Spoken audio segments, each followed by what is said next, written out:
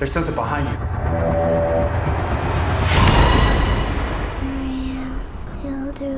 Paranormal Activity: The Ghost Dimension is the apparently final entry into the hit horror series, but fans are going to be disappointed to learn that this is a painful whimper on which to end the series, if it really is the last one at all. The filmmakers have promised that this film is basically going to answer all the questions you really wanted to know, like what is the Witches' Coven's plan, what does Toby look like, and basically bring some closure to the series. Though it does answer some questions, The Ghost Dimension pretty much leaves a ton of stuff up in the air just in case Paramount wants to fund another sequel.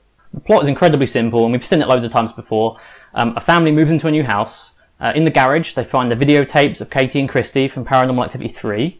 And in this film, they also have a special camera which can detect the ghost dimension. So, for the first time in the series, the characters can actually see the demon that's been tormenting them. And if that's not enough, it's also been released in 3D. Both of these are a mixed blessing, however. The 3D is sparingly used throughout, and about half the film isn't even in the format. If you take your glasses off, you'll basically see the same thing.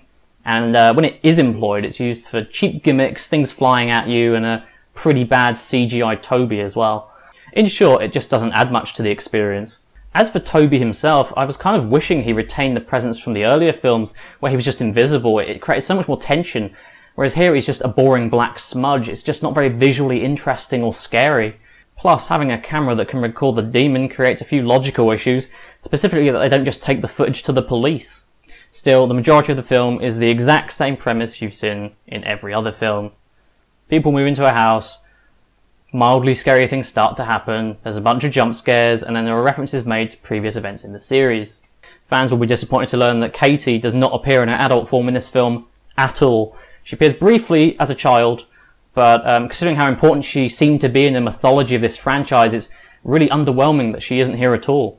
Now, I won't go into overt spoilers, but I will say, if you're going into this film expecting to have a satisfying, concrete resolution, you're going to be very, very disappointed.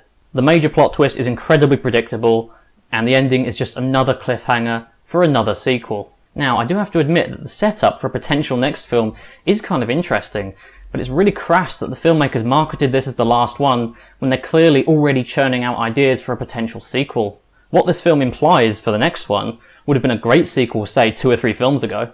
In addition, some of the information we learn in this film directly contradicts scenes from previously in the franchise, and I'm no expert on the lore of Paranormal Activity, but I found it very distracting, and I'm sure hardcore fans would be driven absolutely mad by it. I don't think many people had expectations for this film to be particularly good, but it still falls incredibly short. The 3D is a complete waste of time, but if you really absolutely have to see the film, try and see it in 2D if you can. Or better yet, just wait for the VOD release, which I think is happening in like 6 or 7 weeks, which is probably where the franchise will end up after this anyway. Squandering its potential to tie up all the loose ends, The Ghost Dimension is a dull and disappointing, if not at all unexpected, failure. It's certainly one of the year's worst films.